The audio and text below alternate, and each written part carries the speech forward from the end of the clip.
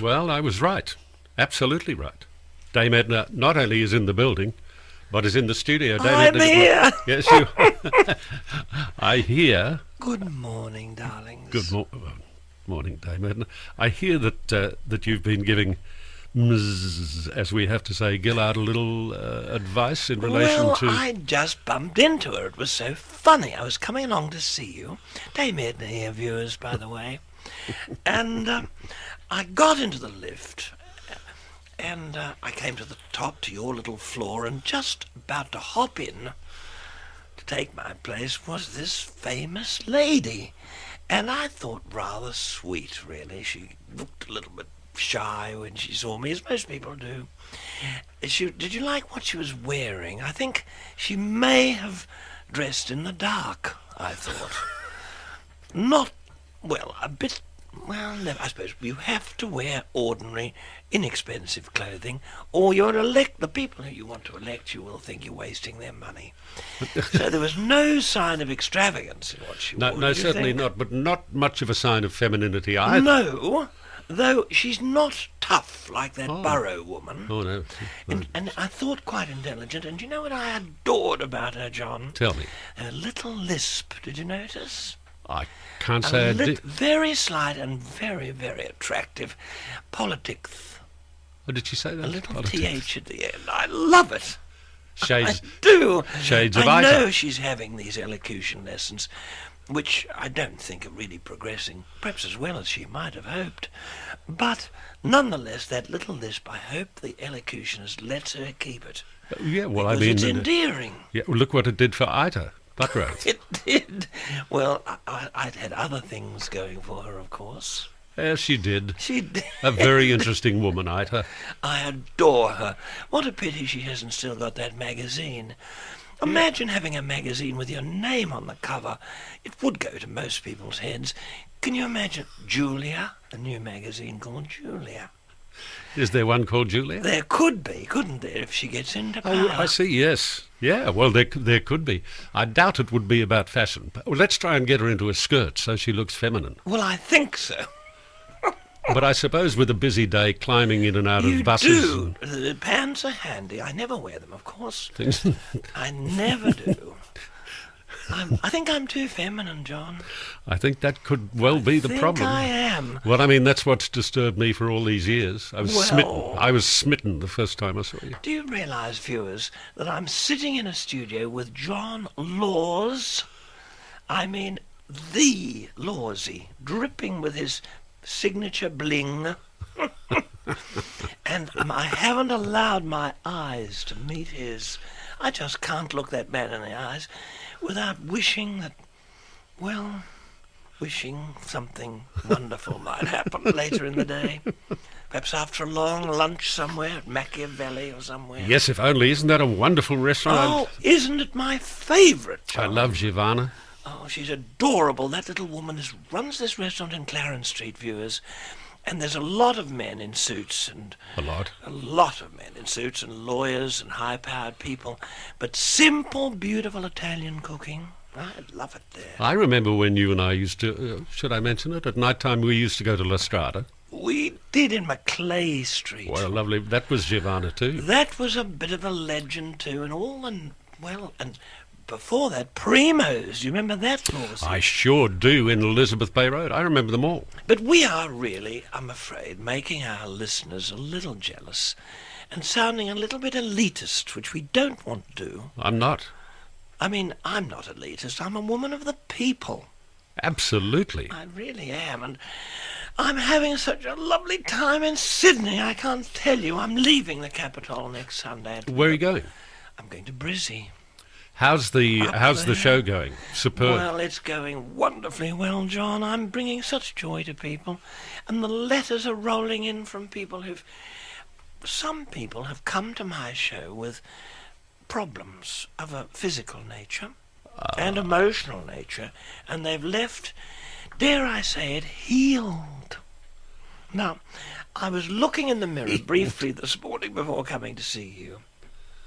I had a troublesome spot that I was wrestling with, and there was a bit of a glow around my head.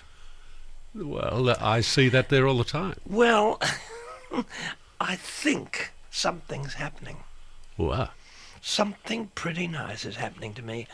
But I don't... It could be the new light bulb I put in, because I've been doing... It's conservation. It's Environment Day today, John. In case you didn't know. Every day is Environment Day, as far as I those haven't used a single people are concerned. aerosol. I haven't. And I've been... I put in a special light bulb that does something pretty environmental. And I even tried to plant a tree in George Street. But I'm afraid I couldn't penetrate the asphalt.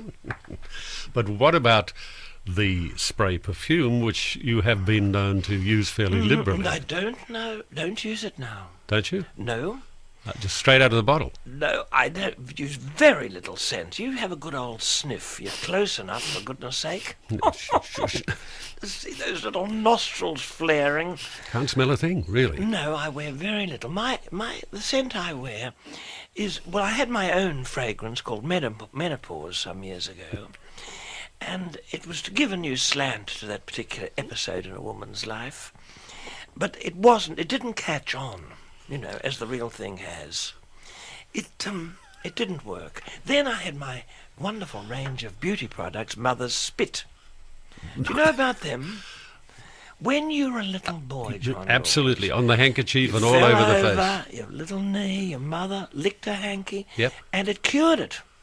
Now, my mother is in a facility now, and she is, well, salivating at an industrial level. And we're harnessing this. We don't need much in these products, but that's about all my dear old mother does these days. Spit. Yes.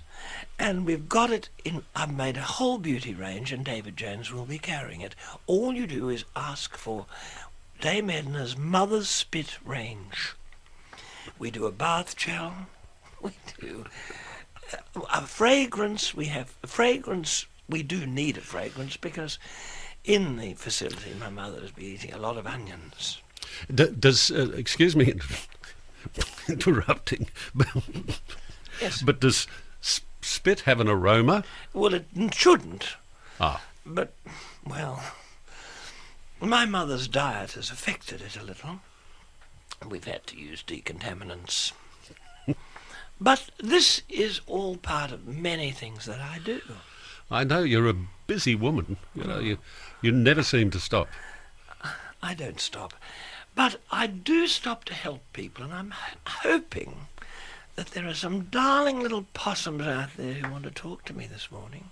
Do you want to talk to somebody? I Our do. listeners? Oh, they're queued up already. If you would like to speak to Dame Edna, all you've got to do is call us on 13 13 32. If you'd like to make an inquiry about how you could become an agent for Mother's Spit, I'm sure you can get that information. What floor at David Jones holds Mother's Spit? All of this interesting information that I'm sure you might like. Lance, are you there? Hello, Lance. Yeah, how are you, mate? Good morning. Good morning. Lovely. How are you today, Dave? I'm very well, mate. It's good. How's Les going? He's not... Well, he's going. He's going? He's referring to Les Patterson, John. Yes, I know he is. Yeah. I don't like that. Les, You talk don't like about Les, my John. mother's salivations. This man inundates the stalls. He- It's terrible, and it's He not could be a nice. window cleaner. He could. He could stand it into sections, couldn't he, with Yeah. a squeegee. Yeah, All he has to do is say one word and the car would be clean. clean. Instantly clean. Well, I can't help having him on the show. It's just part of my contract. Oh, well, no, you have to, mate. He's good. Oh, well, Well- his behaviour. He You is. got to have a sense of humour. He's the male equivalent of Sharon Burrow, isn't he? Yeah, pretty close. Pretty close. Pretty close. Hey, listen, John. Yeah, I'm listening, Lance. Yeah, when you play that song again, The Simple Twist of Fate, Yeah. can you play the Bob Dylan version? No, Why? because I like the Brian Ferry. That's pretty obvious, eh? Yeah, I'll play it. Well, we'll see, mate. But thank you for ringing, Dame Edna. You're a nice man, Lance. Thank Did you, Lance. He was a nice fellow, wasn't he? very happy boy. Very, very happy with everything in the world. What Right. about Pat? A lady Pat? Do we have Pat? Hello, John. Yes. Hello, Patricia. Hello, Dame Good Edna. morning, darling. Look, I'm so excited. I've just followed your career. I just love you. You're great. Well, I do. Do you know why people love me, John? I've tried to analyse it. And the reason is I love myself. Is that it? And you have to... It's so simple. Isn't it? It's I never ridiculous. thought. I never thought of it. That's really interesting. It is, Pat. What do you do? What do I do? I'm a post person. Oh, are you? You're a post woman. Yes, I deliver the mail to all the farmers Oh, do you where? in Maryborough, Victoria. Wow, that's a nice thing to do. It is. But do you know what I miss? The whistle. The whistle. Now, you're too young to know this, Pat. No, not too young. But in the old days, when I was a little girl, the postman announced his arrival at your letterbox by blowing a whistle. I remember And you that. would run down the path, yes. Oh, you're right. You'd run down the path and there would be a gorgeous little letter. That's when people used to write them. And our letterbox was always full of snails. Mine too. It was in a little sort of brick cavity in the post at the side of our front gate. Cobwebs. And snails used to live in there. Very often you'd get the letter and the snails would have already left their little silvery gooey trails over it. Oh, yeah. I And do the get a lot of postman would spiders. out be on his bicycle with a whistle and a uniform, a nice peaked cap. Do you wear a uniform, Pat? I do have just a bright shirt, John. Just a bright Bright shirt. shirt. Don't they give you a cap to keep the sun? No, nothing like that. No panties. Oh, she wears panties. Oh, sorry. Big panties. We're not talking to Paris Hilton here. We're talking to a sweet Australian woman called Pat, a hard-working woman.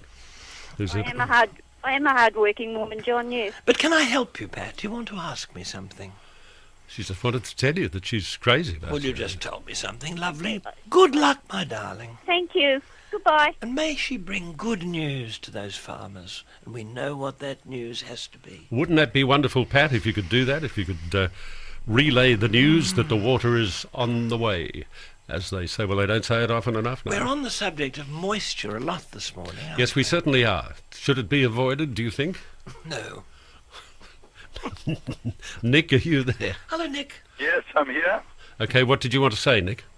Well, I wanted to ask the dame that all the female performers recently have been having, as you call it, a wardrobe malfunction. Now, I was Nick, wondering- Nick, you're not suggesting for a moment that the dame should have a wardrobe No, malfunction. I'm not suggesting it. I'm asking. What's a wardrobe? I'm to sorry, have a I'm in the wardrobe dark. malfunction during any one of her shows. What is a wardrobe malfunction? It's when your dress falls off, Dame Edna. Oh, of when, course. When Never. this falls down here. I would never let that bit fall down, John. Well, it happened to that nice little Michael Jackson, one of his sisters. They deliberately did that. I think that they was did too. Staged. I think they did it too. Absolutely. But who would want to look at this strange little black person's bosom? Goodness knows, nobody. I've never really thought that the top tummies, as my mother used to call them. I said, my other girlfriends, I said to my mother once, in my innocence, I've always been innocent, I said, my other girlfriends have lumps there. And she said, oh, they're top tummies, you call them. Top tummies. And mine didn't ever grow. I'm quite flat-chested, and it's never inhibited me in the least. Well, I And suppose. I've never had I that. have a follow-up question. If you were to consider a wardrobe malfunction, a deliberate wardrobe malfunction, what part would she uncover? Oh, Don't Nick, you this think? would, Listen, this would- here is a grown man, John Laws, not a grown man, a dill. sitting on a beanbag, trying to say suggestive things to me. Of all and people. probably doing something pretty yucky at the same time. Don't you think? It's, well, anything. Sounds like it to me. I can't get an answer out of him, so you I might be, heard heavy breathing. you might be right. Jim, are you there? I'm here, John. Okay, Dame Edna is here to speak to you. Hello, Jim. Good Dame morning. Good Edna. I'm so morning, privileged to Jim. be talking to you. Dame Edna, yesterday on this station, there was a nasty man who phoned up and said that Sophia Loren, at her age, should not be showing so much cleavage. You're a woman of her vintage, How do you feel about women showing their cleavage like Sophia Loren did on the Sunday morning paper? Sophia Loren is a beautiful, talented woman who has come to Australia at the invitation of someone or other for a little fee, probably paid in a Swiss bank. She's visited us. She deserves dignified treatment by the press. I saw the press conference in which a few yobbo journos asked her crude, vulgar questions. Very crude and very vulgar. And insulting to a distinguished visitor to Australia. And very, very bad publicity for Indeed. us. Yes, but this fellow yesterday on the John Stanley program said that Sophia Loren at her age shouldn't be showing so much cleavage. And you're a woman of her vintage, if I may say so. I would like to sort of see a bit more of you. No. Now, here We is will keep another- our mind. Here we go again. Another man on a All the beanbag. filthy people running Goodness. us. We will keep our minds above our belts if you don't mind, And the Jim. breathing was very strong with Yes. that man, wasn't it? I think he's fallen Luckily, over too. Your technician could airbrush that breathing out. He's gone. You're He's knocking them over like flies here. Maybe we could find a nice lady to speak to you. Dawn, are you there? Yes. Hello, Dawn. How are you, Dame Edna? Dawn, I love the name Dawn. There used to be a show on the wireless, as we called the radio, called David and Dawn. A long time before your time, and probably before John Laws's time. Never heard of it. I used to listen to it when I was in my cot. And it was, I've no idea what it was about, except it was about someone called David and someone called Dawn. And they interacted in an interesting way. And you were probably named. After that very dawn. Ask your mother. Yeah, okay. It's a nicer name than Dusk, don't you think? Oh, much. What do you want to ask me? I tonight? just wanted to ring and talk to you because last year my granddaughter, when she was in the last year of primary school, they had to present an eminent Australian Oh, yes. as one of their projects, and she chose to do you. Oh, what an honour. How What an lovely. 50th anniversary. What We an had a honour. little bit of trouble getting you past them because they weren't sure, the teacher wasn't sure. If I was eminent, or it might have been, a teacher might have been a little bit of the Sharon. Sharon. I think she was a bit confused. A bit of the Sharon Burrow. mould, yes. She was a bit confused, but it went down an absolute treat. She You did see, very well. your She got a daughter very did good the mark for right it. thing. She was a bit It's confused. lovely. I suppose the kiddies will be doing Julia Gillard, won't they, at school? No, Well, it'd be no, easier to get the costume, wouldn't it? You just Yeah. go to the St Vincent de Paul and get an old suit. Yeah. No, they did. An old man's suit. They'll be doing Julia Gillard instead of Julius Caesar next. I mean, the predominance this woman is getting, the publicity Well, that she's getting. congratulations anyway, and lovely that your daughter And triumphed. I'm also sort of your vintage, and I can remember hearing you being interviewed on the radio a very long time ago, and you were telling a little story about coming in from the airport and all the Venetian blinds smiling at you. Well, that's what I've felt, and how lovely for you to remember. Somehow or other, the word vintage It's just one of those is things not a that's word always I stuck like in much. my mind. But I am certainly a mature woman, and I do feel that in the days when everyone had Venetian blinds, I felt they twitched when I walked past them. People peeping out at me, probably. Thanks for your call. It's lovely to hear you, Dawn. Bye. That was nice. Wasn't she nice? Dawn. Nice. And you're quite right. But Dusk could be an okay name for her brother. It could, if he was very suntanned. Dusk. People call people Storm. I never liked that name. The names people have now, for example, do you like the name Jed particularly? Well, I'd like it if I lived in Texas. I In imagine. Texas? Or Kimberley, I've always thought was an unattractive name for someone. Why are people... But now they even get nice names like Rebecca and spell it Rebeckah. Well, do you know why they do that? Because they're illiterate. Is that it? And they hear the name on the radio and they write it down as best they can, poor darlings. And, of course, they misspell it, and the child is slumbered with this dreadfully misspelt name for the rest of their lives. I had a lovely girl working for me. Her name was Nicole. How did she spell that? Nichole. Nick Hole. Her parents, apparently, had heard it on the radio, and they thought it was Nick Hole. But to have the word hole in your name, and next to the word Nick, not very attractive, is it? Do you think Chappelle is a very nice name? Do you think a lot of girls will be called, babies will be christened? Dare we say christened? I don't suppose Clover Moore would let us say christened, named perhaps, or called. Chappelle.